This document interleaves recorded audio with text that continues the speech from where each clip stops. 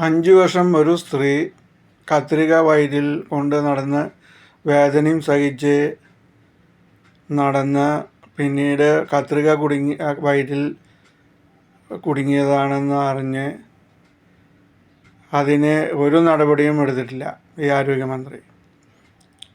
അപ്പോൾ ആ സ്ത്രീ എന്നുള്ള പരിഗണന അവിടെയില്ല.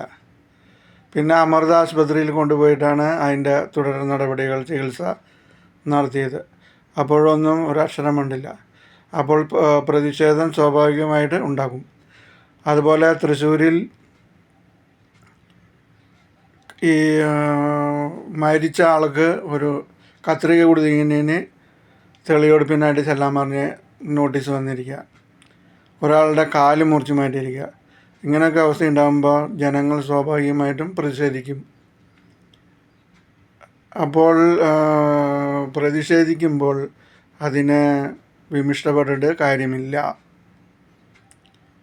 ഒരു മന്ത്രിക്ക് ഒരു ചെറിയ ഉളുക്ക് വരുമ്പോഴേക്കും പോലീസ് എത്തുന്നു, ഡോക്ടർമാരെത്തുന്നു, നേഴ്സുമാരെത്തുന്നു, ഭയങ്കര പരിചരണം, ICUവിൽ കയറ്റുന്നു. എന്നാൽ സാധാരണക്കാരന് ഒരു ചുക്കും മണ്ണാങ്കട്ടയും കിട്ടുന്നില്ല.